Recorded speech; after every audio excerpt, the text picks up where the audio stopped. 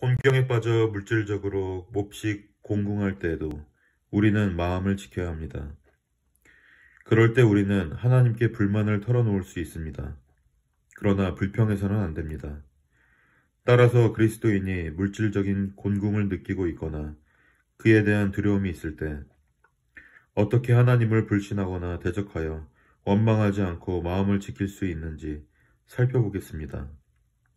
첫째, 하나님께서 당신을 몰락하게 하고 공궁하고 궁핍하게 만드셨다 할지라도 지금까지 존재했던 가장 뛰어나고 가장 거룩한 사람들과 당신을 전혀 다르지 않게 취급하셨다는 점을 깊이 생각하십시오.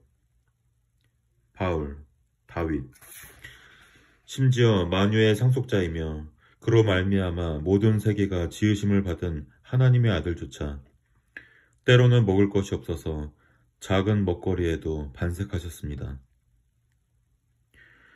둘째, 하나님이 당신을 아무런 약속도 없이 그런 궁핍한 상황에 내버려 두신 것이 아니라는 사실을 깊이 생각한다면 그런 상황에 대해 낙담하거나 불평할 이유가 전혀 없습니다. 하나님은 그런 상황에서 자신의 가난한 백성들이 믿음을 지킬 수 있도록 그들을 먹여 살리시겠다는 달콤한 약속들을 많이 남겨놓으셨습니다. 이런 약속들이 있는데 왜 믿지 못하여 다윗처럼 여호와는 나의 목자시니 내게 부족함이 없으리로다 라고 고백하지 못하십니까? 셋째, 현재의 상황이 아무리 나쁘다 해도 하나님께서 당신의 삶을 편하게 하는 것들을 베푸시지 않기로 하셨다면 상황이 더 나빴을 수 있다는 사실을 깊이 생각하십시오. 하나님은 당신에게 그리스도와 평안함 그리고 용서를 허락하지 않으실 수 있었습니다. 만약 그랬다면 당신의 상황은 정말로 비참했을 것입니다. 넷째, 물질적인 고통이 아무리 크다 하더라도 하나님이 이 세상에서 자신이 정말 사랑하는 자들을 징계하실 때 쓰시는 가장 큰 고통은 아니라는 사실을 깊이 생각하십시오. 하나님께서 물질적인 고통을 제하시고 다른 고통을 가하시면 당신은 물질적인 고통이 오히려 매우 평안한 상태였음을 깨닫게 될 것이고 하나님께 그러한 상황 가운데 있게 해주심을 감사하게 될 것입니다. 다섯째, 현재의 상황이 나쁘다면 이제 곧 좋아질 것이라는 사실을 깊이 생각하십시오.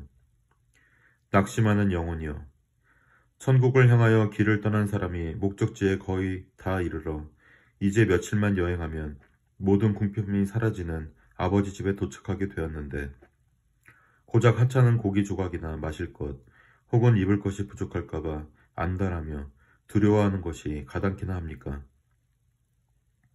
여섯째, 그런 아버지를 둔 자녀가 아버지가 모든 것을 공급해 주실 것을 믿지 못하거나 하나님이 베풀어 주신 것에 대해 불평하는 것이 가당한지 생각해 보십시오. 일곱째, 가난이 당신의 죄 때문이 아니라 단지 당신에게 임한 고통일 뿐이라는 점을 깊이 생각하십시오. 만일 당신이 죄악된 수단을 써서 스스로 가난을 초래한 것이 아니며 가난이 그저 고통에 불과하다면 당신은 더욱 수월하게 가난을 견뎌낼 수 있을 것입니다.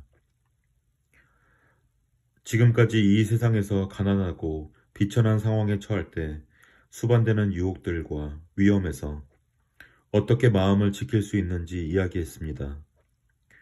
그러므로 궁핍이 심하고 마음이 낙심하기 시작할 때에는 마음을 지킬 수 있도록 이와 같은 지침들을 생각하고 우리를 도우시는 하나님을 찬양하십시오.